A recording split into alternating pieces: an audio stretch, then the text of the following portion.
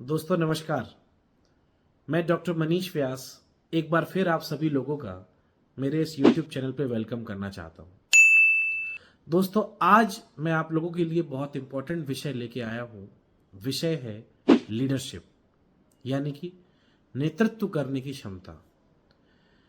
Life में किसी भी जगह जब कभी भी लीडरशिप की बात आ जाए तो लीडरशिप को डिफाइन करने के लिए 6 इंपॉर्टेंट पॉइंट्स हैं जिनके अंदर हम एक सही लीडर को या एक सही लीडरशिप को परिभाषित कर सकते हैं। सबसे पहला पॉइंट है कि जब कभी भी आप किसी टीम का किसी स्थान पे नेतृत्व कर रहे हैं तो उस समय में यदि कहीं पर आपको लग रहा है कि कुछ गलत या अनुचित हो रहा है तो लीडर को चाहिए कि वो सेल्फ इनिशिएटिव लेके आगे बढ़े और उसे ठीक करें।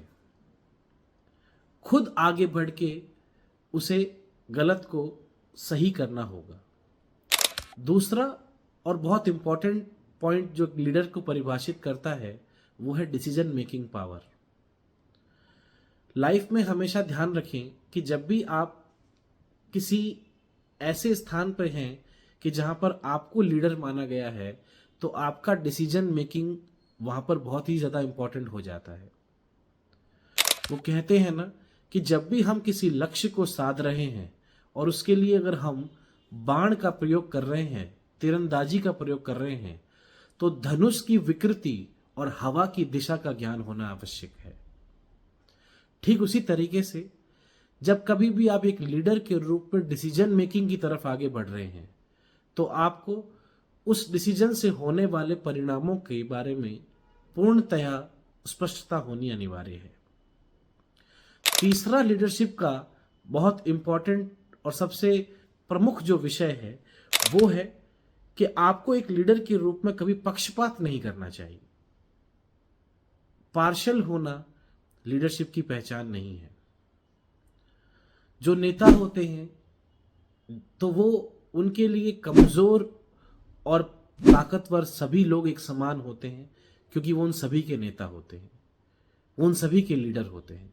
तो पक्षपात या पार्शियलिटी लीडरशिप के डायरेक्शन में नहीं है।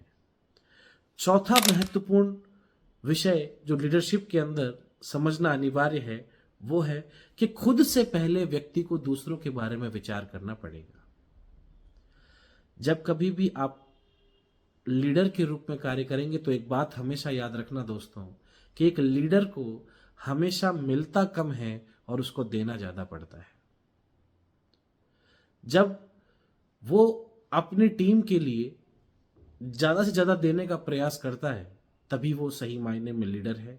खुद से पहले वो जब अपनी टीम का और दूसरों का के बारे में सोचता है तभी वो एक सही लीडर के रूप में निखर के आता है। पांचवा महत्वपूर्ण पॉइंट जो लीडरशिप को डिफाइन करता है वो ये कि एक लीडर को हमेशा संयम होना चाहिए। उसके हृदय में, उसके दिल और दिमाग में धैर्य स्थापित होना चाहिए, उसके अंदर पेशेंस होना चाहिए। क्योंकि बहुत सारी ऐसी विपरीत परिस्थितियां आती है जब उस परिस्थिति को हैंडल करने के लिए लीडर्स अपना संयम खो देते हैं।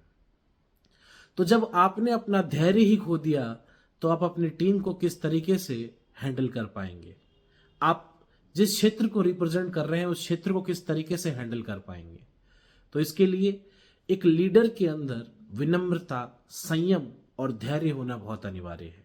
और आखिरी और सबसे महत्वपूर्ण जो पॉइंट है जो लीडरशिप को डिफाइन करता है वो है कि एक लीडर को अपनी वाणी में, अपनी बात में और अपने डिसीजन में हमेशा स्पष्टता, सत्यता और पारदर्शिता रखनी चाहिए।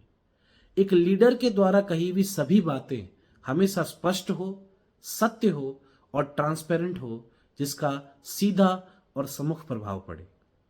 इन 6 बातों को जो व्यक्ति अपने चरित्र में, अपने नेचर में और अपने कार्य क्षेत्र के उठाए हुए हर कर्म में लेके चलता है वही सही मायने में एक कामयाब लीडर बनता है।